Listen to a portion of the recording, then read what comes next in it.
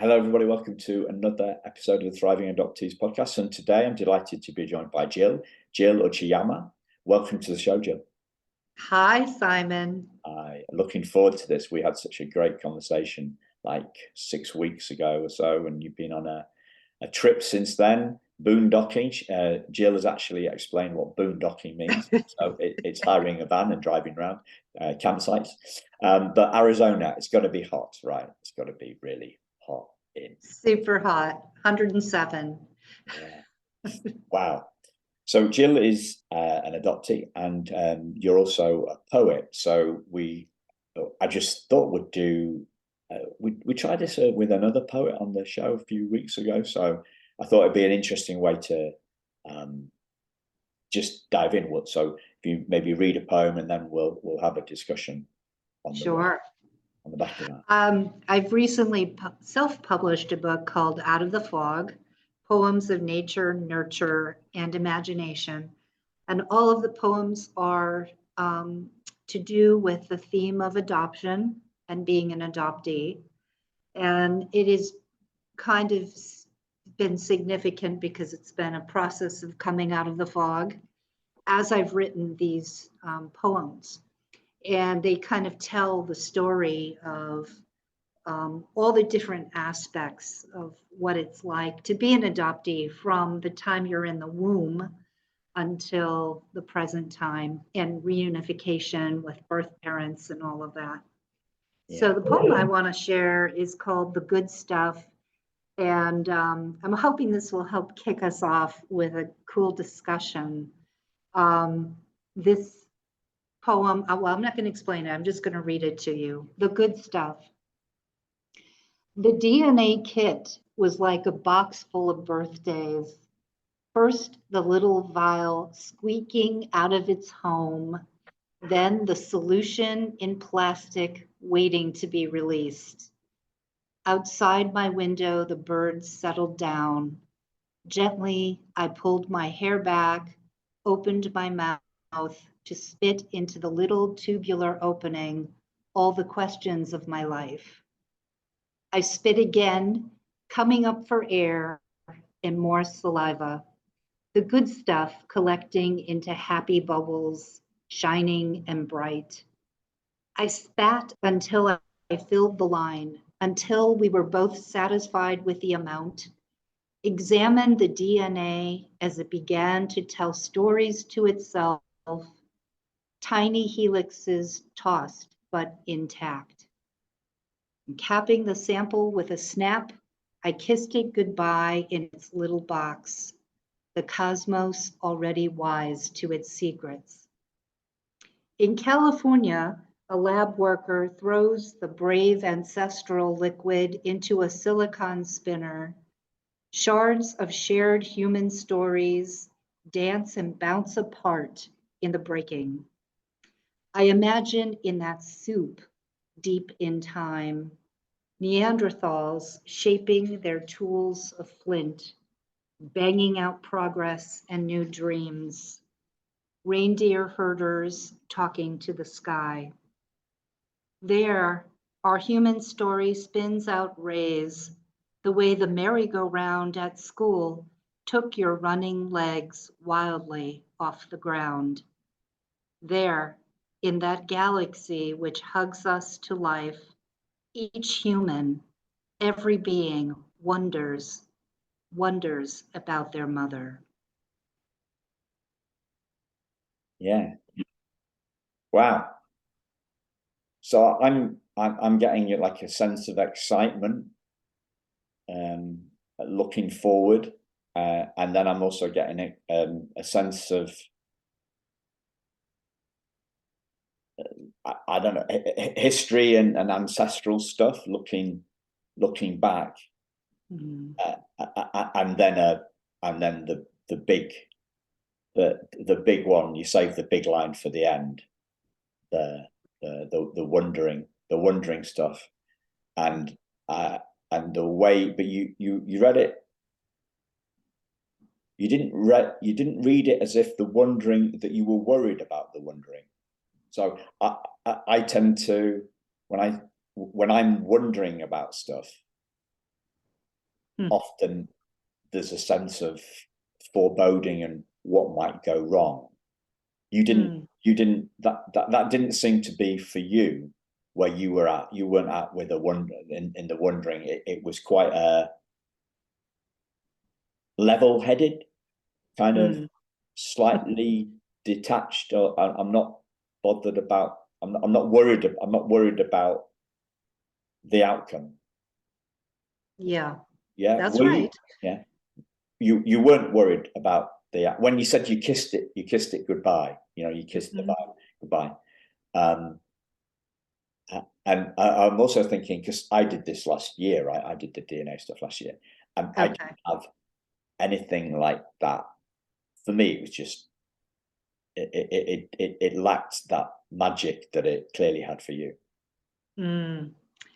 Right. I know it's funny because I've always been surprised when people have had those feelings of worry about what they're going to find out, because that wasn't really my experience at all.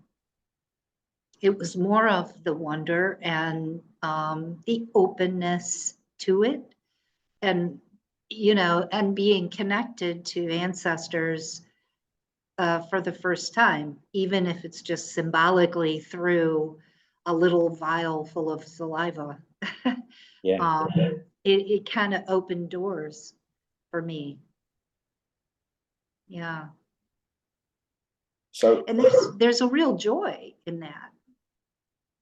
That I think is that deep time connection to being a human being and to having, this body and mind made thousands of years ago, actually, to have it emerge in a different time period, rather than just what happened 25 years ago or 30 years ago, is a different orientation to being, I think.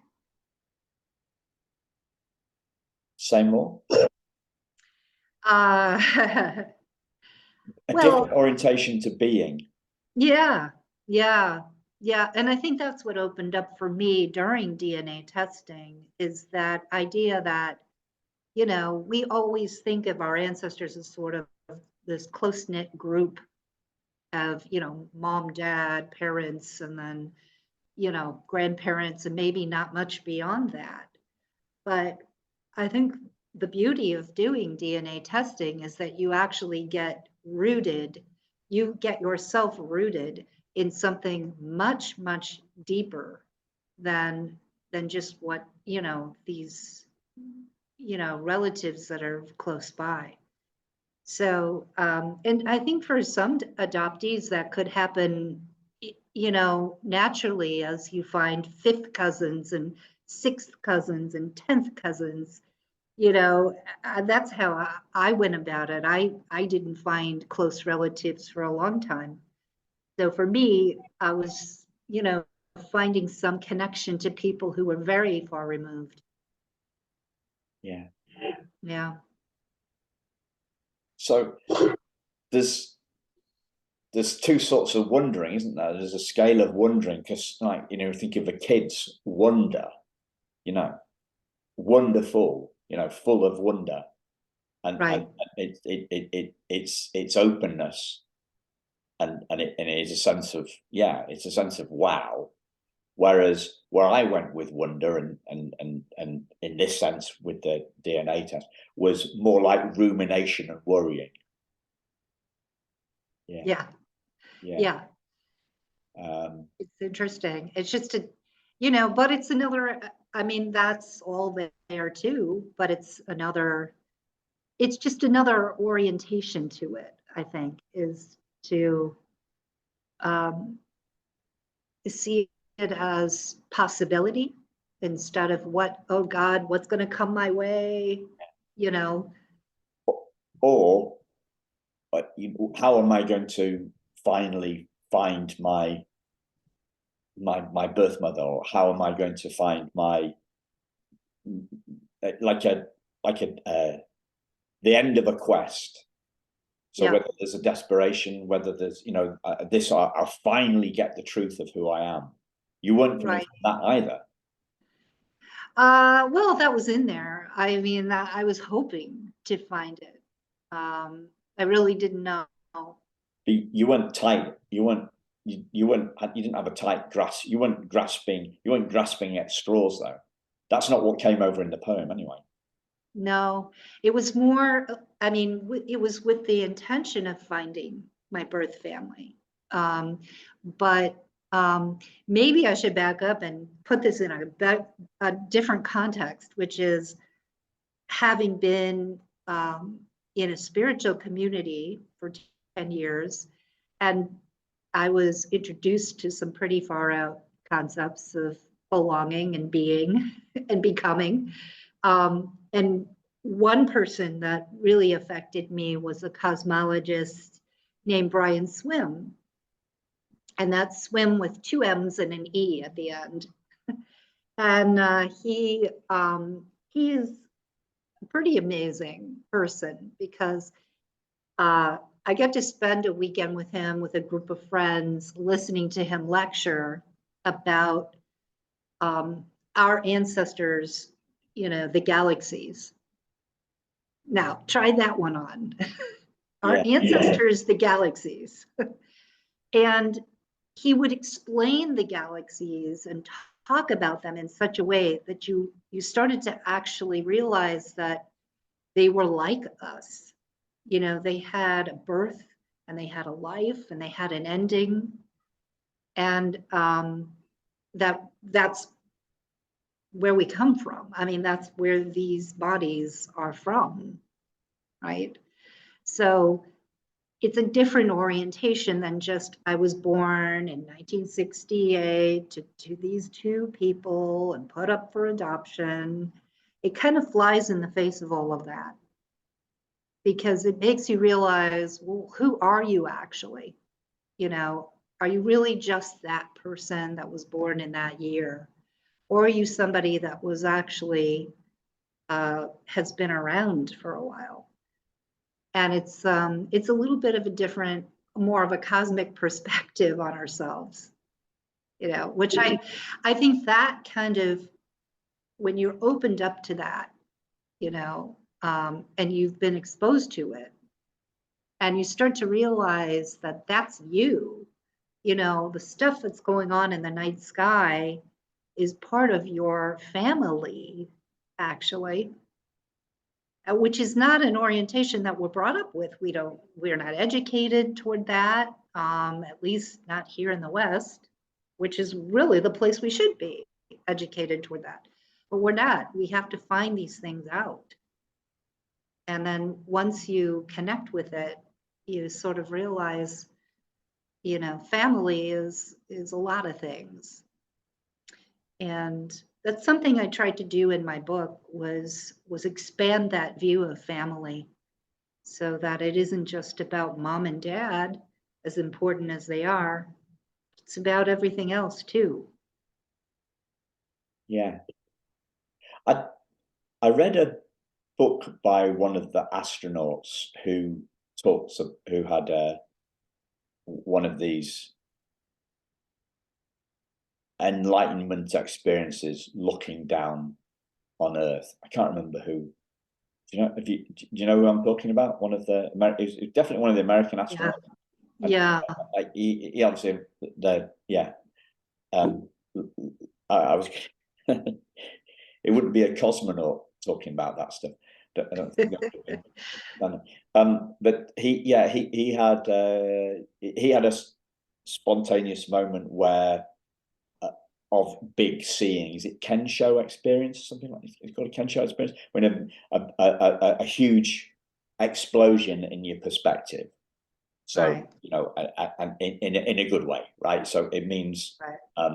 You to him, he's looking down at Earth, and he can see for sure that the flat Earth people have got it wrong. He has probably one of the most ultimate perspectives visually, right? Because he's on you know, he's from from outer space. Right. Or he's in outer space. So it's and I like the other thing that I connect with this is it's like that a lot of the African, this comes from Africa, you know, it takes a village to raise a kid. So if you look at it on a spectrum, you've got, right, okay, so you've got well, for I was born a year before you, but and my birth father wasn't hanging around. That's why didn't want anything to do with her. So it was going to be her with her mum and dad, or it was going to be adoptive parents, right? That was it. So you've got birth mother, adoptive parents, then you've got village to raise a child, and then you've got a long way removed from that, you've got the cosmos is our brothers and sisters. So it's a big leap, big leap. And but what does that all mean? It means a clearer sense of being. Does it mean are we're well away from any sense of a puny kind of sense of self, like right. just poor little me. Poor little me. Poor little me, I don't belong in a cosmos that made me. Well, that's the thing, right? So what's coming up for me here is this phrase or this sentence: we're not human beings having a spiritual experience, with spiritual beings having a human experience. Right. So the human experience is the body part. That's the meat suit. Whereas the spiritual essence is the consciousness in which the body is arising. Yes. both are in there. Both are in there. Yeah. So I'm identifying as consciousness, not the context of my consciousness. Yeah, well, both are true. And the body is, where did the body come from? Right? Aren't we made of stardust? Okay, yeah. You've got me. Keep going. Yeah, that's what I'm told. If you spend time with these cosmologists that talk about where this human form comes from, that is ultimately where it comes from. We come from space. We come from another place. It's taken many, many, many billions of years of evolution to make us, to have this conversation. So just to have this conversation. So it's a very different orientation than just seeing it from the smaller package. It's like Russian dolls, where you just see it from the smaller place of what my mom did to me, which is in there and it's valid, but it's not the only part of the picture, So for me, perspective has been really a lifesaver. It's been about perspective. And understanding ourselves, not from some way out spiritual new agey place, but actually from science. And DNA testing is a piece of that to remind us that we come from deep time. We don't just come from 1968 or whatever year you were born in. Yeah. It is also kind of weird that a lot of the people on the show, right, are within a year or two. This isn't an unusual occurrence for me. Uh-huh. I'm often Lots of Gen Xers. yeah, but there's lots of 67, 68, 66s, there's right. There's lots of us around it. So perspective has been a lifesaver for you. Yes. So yes. Can you share some more on that? Yeah. Well, there's a lot of ways to get into that. It's not something you're taught in school. I think even the way we teach history is so flat. And at least the way I was taught history, which was really just memorizing these dates of, the Civil War or whatever. And it's just so boring and meaningless, right? But when you put yourself in this very enlivened picture of history, which has everything to do with your life, actually, has everything to do with what everything that you are standing on matters. It isn't just some boring detail from the past. When the Beatles played at Shea Stadium and knocked everybody's socks off, they were ushering in a new form of consciousness during that concert. That's why everybody was screaming. If you watch it from that perspective, it's fascinating, actually, because they were really busting through a lot of old structures, this old hierarchy and old structures that weren't serving people anymore, and there was this new sense of human being and a new freedom that came out of it. But I believe that that's what history is built on, is just a series of those moments where, we have now this expanded sense of consciousness because of everything that came before. So can you tie that?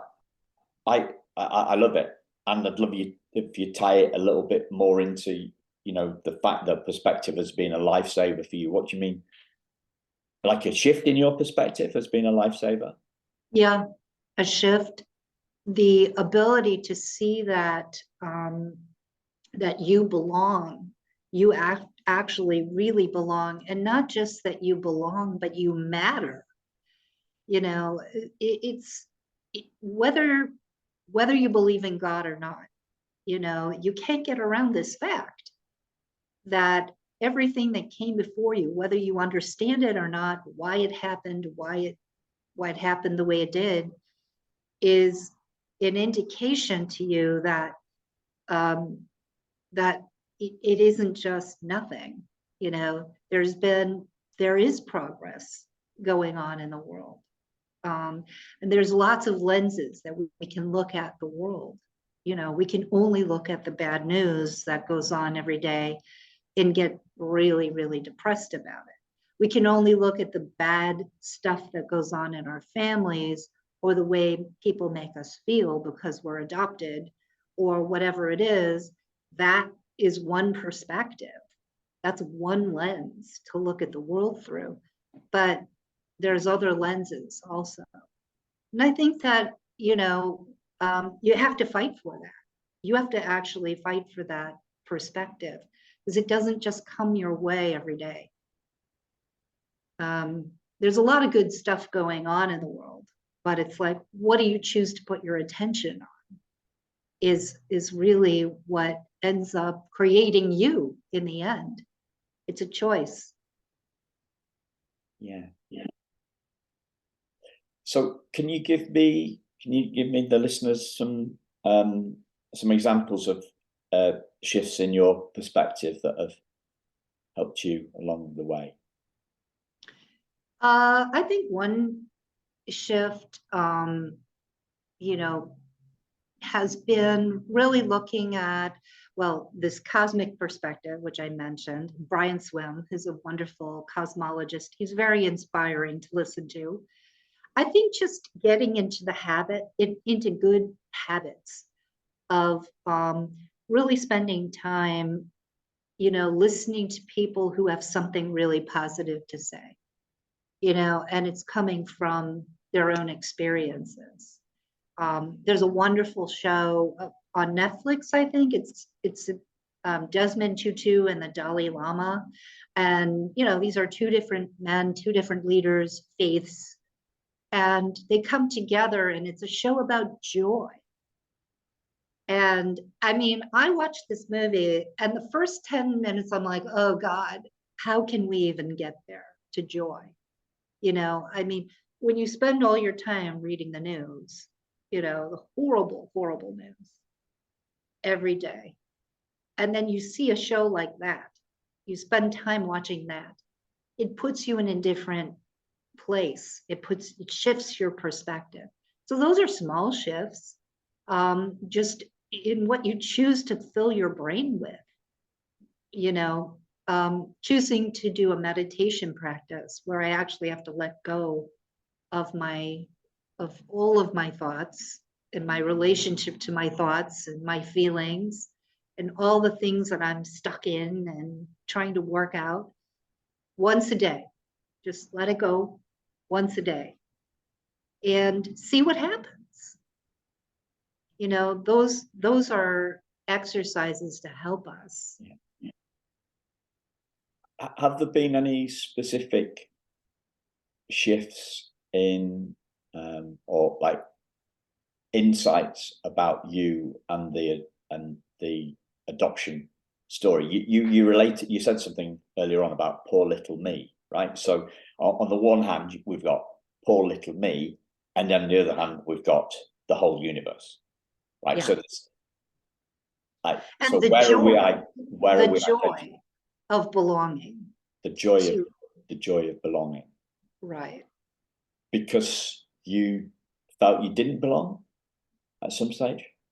Well, there are all these layers to the onion, right?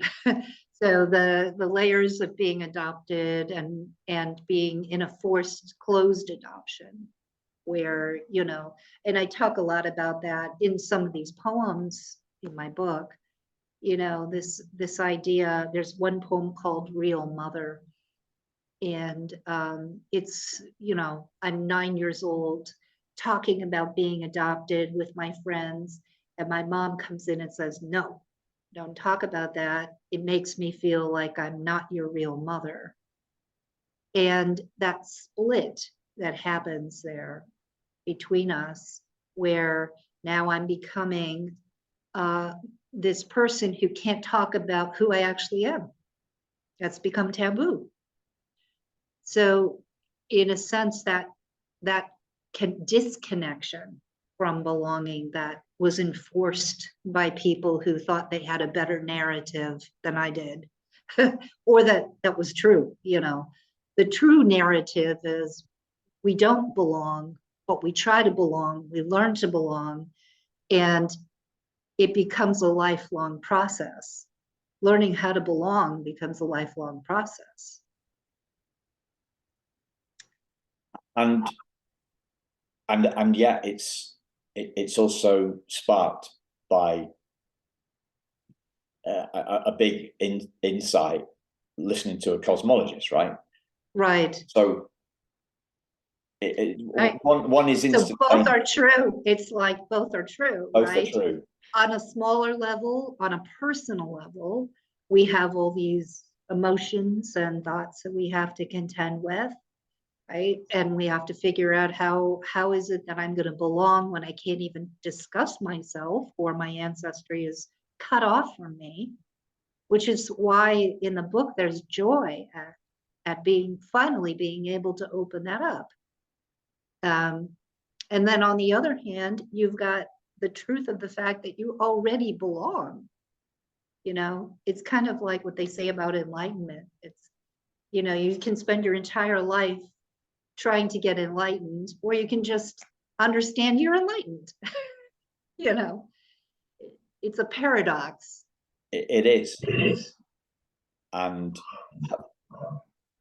I've heard the guy I name check all the time, this Rupert Spira chap. He says there's no such, well, he says there's no such thing as enlightenment. There is only endarkenment. So we are the light, and then that light is veiled. So it's a matter of seeing what's behind the veil, rather than going, you can't be enlightened because you're already the light. You can't, you can't, the sun shines because it's the sun. It's self-illuminating. It can't shine on itself because it is already shining. Mm-hmm. So I love that endarkenment thing. I'm not sure how I feel about it. It sounds, maybe I don't understand it. So enlightenment is the process of becoming enlightened, of becoming the light. But if you are already, but if you are already the light, you just don't see it. It's a seeing thing. It's like we go. The story of the prodigal son, right, in the Bible is he's not happy at home, and he goes all around the world. He doesn't find happiness, and then he comes back and it was there. It was there all along. So he was the light. At any before he went on his journey, during his journey, he was always the light. It was just that light was it was veiled like a curtain hides the light, right, outside of a house. Yes. Well, that's true, isn't it? I mean, that's how I think most of us see ourselves as, we don't see necessarily our light. We don't see that we are the light. We don't appreciate that we are the light. We are the light. Yeah, right. We are the light, except for maybe a sense of faith that we are, or moments when we see it. It's a case of mistaken identity. And as adoptees, we're often very confused about identity. Right. Because most of us have had two names. Most of us have had two names. At least. At least. Right. Yeah. And exactly. and obviously women and that if they've been married, then they've changed the name if they've stuck with the tradition of that. But even as blokes, right? So you're talking to Simon Jonathan Ben, but I was David Anthony Flower for the first 5 weeks, or was I? Do you know what I mean? Like, well, was I? Right. Who was I when I was in the short-term foster care? Right. So exactly. And then when my birth mother, when Pat picked me up from that short-term foster care, then she would have called me David again.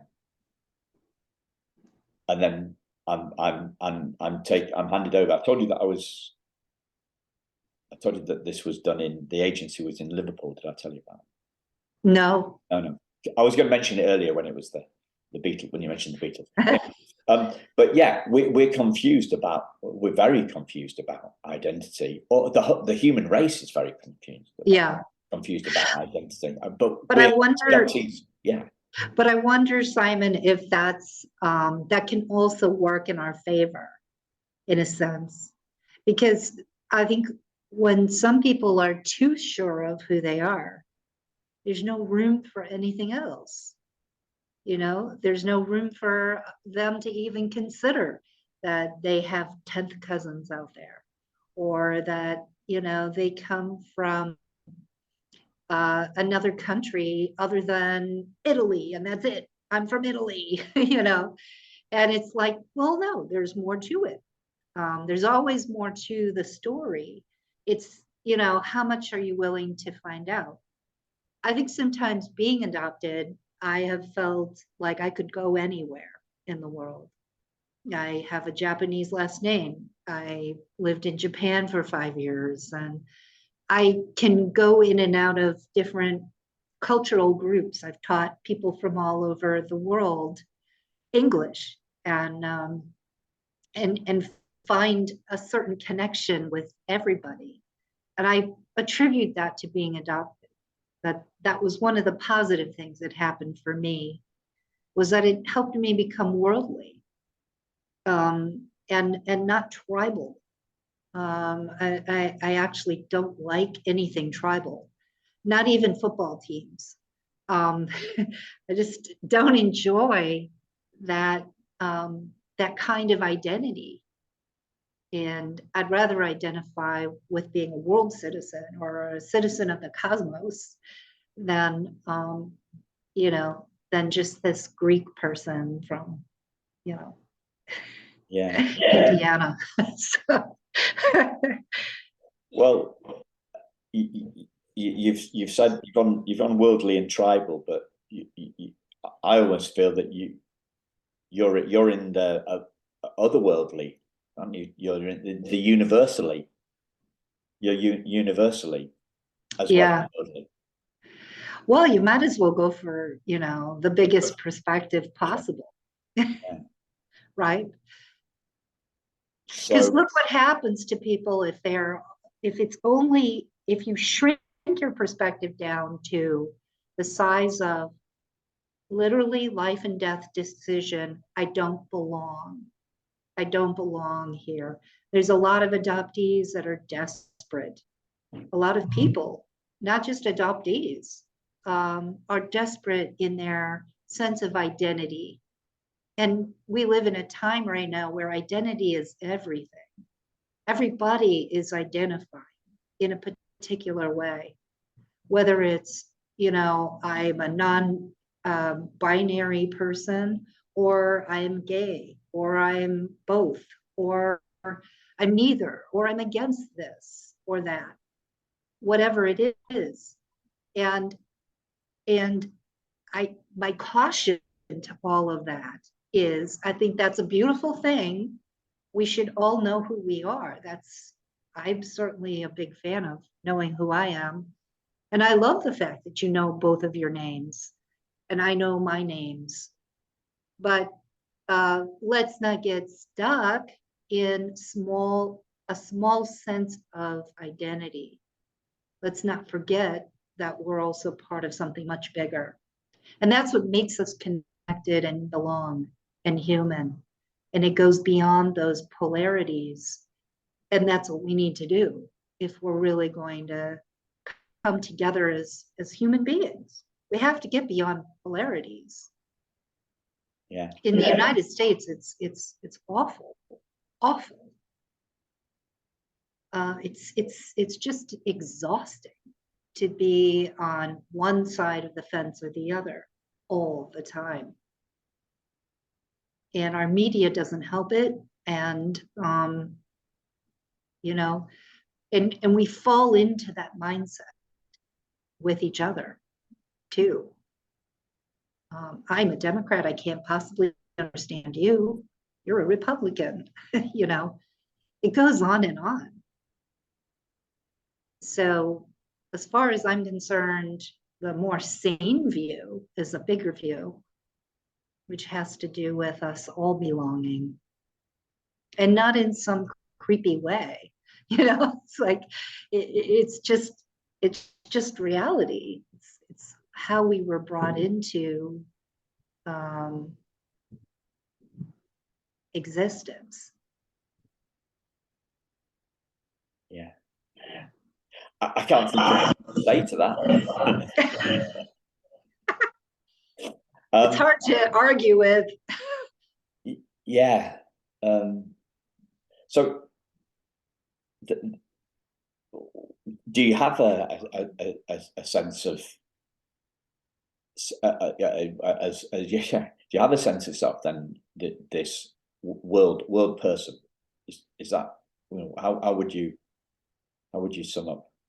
Yes, I'd say it's like Russian dolls. They're all in there. They're all in there. There is a sense of the smallest sense of self I can come to, which is triggered and traumatized, and working that out on a psychological level. And there's also the spiritual side too. So it's this continuum of understanding that, you know, if I get too entrenched in this personal identity and psychological identity, because the reality is that I have two families, and both of them I don't quite fit into. And it's just the truth. It's not because they don't love me. It's not, you know, because I don't love them. It's just the way it is. The circumstances made it so. And there's a lot about adoption. You just can't change that. It's just the truth. However, you can't get stuck there. So what do you mean by the psychological identity? The part of me that, you know, grew up in this particular day and time and in this body and this mind, that had to contend with two parents who adopted me and imposed a certain narrative on that situation. The part of me that I've had to become a whole person. And I think through science and DNA testing, it's allowed me to do that. I've been able to understand my biological life more and those relationships and where I come from and how I was built, you know. And that's all part of the psychological in my mind. Is that where the damage is done? Does the primal wound live in the psychological identity? Yeah. Does the trauma live in the psychological identity? Yes, definitely. It does. But it's there. That's not the whole of who we are. It's not the whole of who we are. If you only stop there, you know, and it can get tricky because as you're trying to come out of the fog, at least for me, when I was reading Nancy Verrier's book and, you know, and really going deep into some of that work, you know, it's like, wow, your perspective shrinks very small. And as you're kind of honing in on that, it's like doing surgery on yourself. That's how I felt. And then, you know, I have to kind of counterbalance it with meditation and other practices that open up, you know, that sense of other self. It's not just that's true, but there's also this bigger sense of self. I've thought about the way the metaphor goes from out of the fog. So what we see out of the fog. You know, you're saying fog. So we're using the weather as a metaphor. Have you thought about what do we see brilliant daylight? What is it? You know, what happens after? Well, that's a great question. Yeah, well, the fog is what covers up our view. So we often don't even know that we are triggered or have traumas, or we're acting out of things unconsciously for most of our lives. I mean, I know I did. I had a terrible time with relationships and money, self-worth. And, you know, I could never quite understand why. You know, I thought I had been doing a lot of great work, but when I finally understood what some of the deeper trauma was about, and that it even existed, you know, because I think a lot of adoptees will pick up Nancy's book and go, that's crap, you know, that's not me. I had wonderful parents. You know, this is being in the fog. This is the idea of kind of covering up what happened there. And then when you expose it, you're able to deal with it. You're able to integrate it into yourself, into your life, so that you have not somebody else's narrative as yours, but you start to develop your own. And whether other people like it or not, and they don't usually like it. So here's how I would see what happens after the fog. Okay. Continuing the metaphor, and I've thought about this and probably done it a couple of times in the podcast. So the fog, when we're in the fog, we can't see the trauma. Okay, so the fog lifts, we look up and we can see this completely cloud laden sky, right? All we can see is clouds, a big black cloud that covers pretty much everything that we can see. And that dark cloud is the trauma. Okay. And then if we're lucky, if we look really closely, we can see a tiny little gap of blue sky. And when we see that, we think, oh, that's a break in the trauma. But as we look closely and we go up towards that light blue sky, our perspective increases and we see that we are actually the sky that's been obscured by the trauma. And before it was obscured by the trauma of the cloud, it was obscured by the trauma of the fog. I love that. Right on.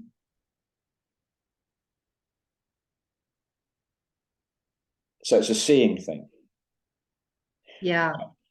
And to continue my story with your cosmologist approach, then we keep on going through the sky, and then we see that we are the whole universe. Because we go through the stratosphere. Like the sky isn't a thing, is it? When you think about it, I was thinking about this yesterday walking the dog. It's not a thing. So it's not. It's an illusion. It's an illusion. That means that that doesn't mean that it's not a illusion. There we're going to get. So that's where we're going. We're going to need a physicist in a minute here, Simon. Yeah. So, and then the next thing is, what does all that world sit in? Right? Are you a consciousness first person or a materialist first person? Do you know what I'm talking about? Well, I'm not sure, but I would go with the consciousness. Okay, yeah. So consciousness first, everything, awareness first. The universe exists in awareness. Mm-hmm. So it's awareness first. Yeah. And it's not a thing, right? It's not dimensional. It's the reason we can't get we can't have a good sense of ourselves, right? We can't have a good sense of ourselves because we can't see who we are. Well, when we see who we are, we look like we're our body, right? The five senses and thought. You can't get a sense of yourself because what you are is awareness, and it's not a physical thing. Mm-hmm. I don't know. You just lost me there. Yeah, I lost myself. Yeah, I don't know what comes first, the chicken or the egg. Yeah, it's awareness. the awareness of the chicken or the egg.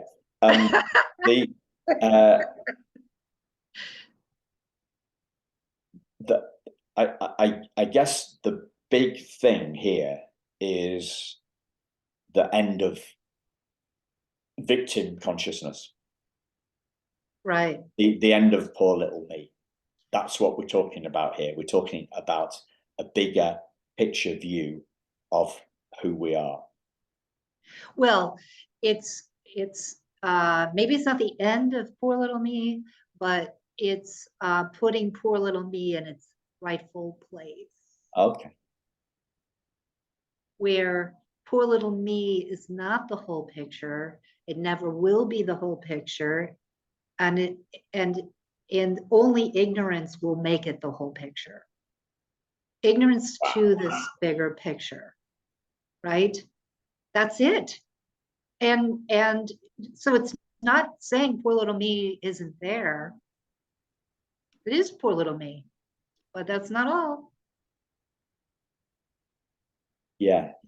We don't mean ignorance as in stupidity. We mean just not knowing, not having that awareness of something else. So, and you have to be introduced to it. It isn't always, I mean, it isn't always just coming to you, rushing in like fireworks. Oh, I'm part of the Big Bang, you know? I mean, people don't tend to think that way in a materialistic culture, the way that we are. We're not living in places in the world where spirituality is more of a context in living. We're living in and being brought up in these very materialistic cultures.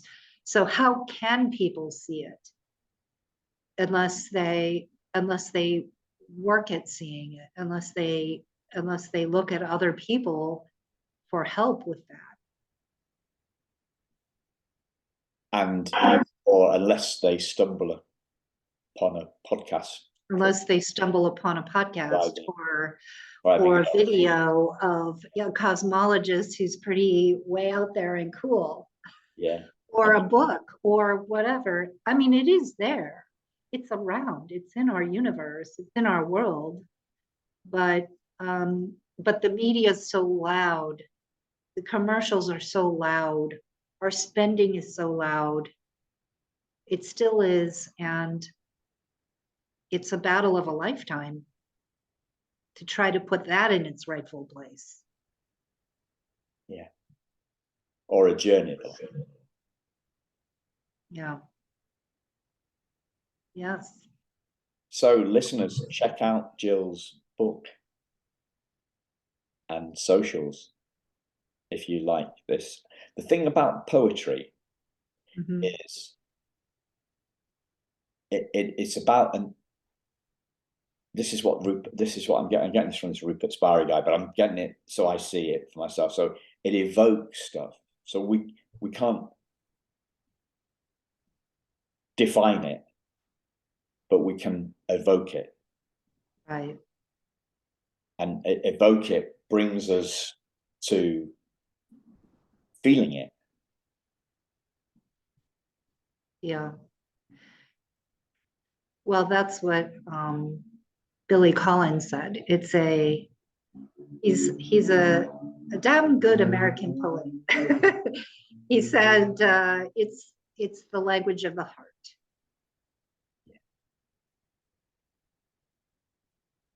Thanks a lot. Thanks, listeners. Speak to you soon. Bye-bye.